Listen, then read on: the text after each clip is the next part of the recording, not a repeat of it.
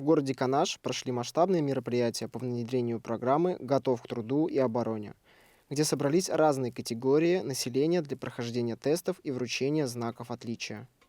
На удивление всех присутствующих в город приехал известный спортсмен Владислав Полешов, который является мастером спорта России международного класса, чемпионом мира и призером чемпионата Европы по спортивной гимнастике. Владислав недавно демонстрировал блестящие выступления в различных соревнованиях и чемпионатах, что вызвало большой интерес у зрителей и поклонников спорта. В рамках мероприятия спортсмен провел встречу с детьми из детских садов, которые готовились к сдаче тестов по программе «Готов к труду и обороне». Прием и сдачи тестов испытаний комплекса «Готов к труду и обороне».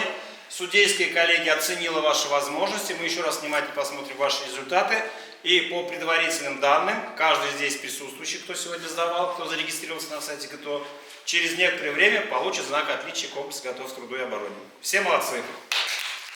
В этот же день были вручены знаки отличия участникам мероприятия, а также проведены тестовые испытания для учащихся общеобразовательных школ и членов их семей. На награждение приглашается представительница микрорайона БАМ Трефилова Анна Владимировна.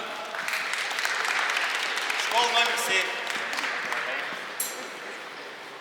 В целом, мероприятие было насыщенным и интересным. Оно помогло вовлечь горожан в здоровый образ жизни и спортивную активность, а также показало важность физкультуры и спорта в повседневной жизни.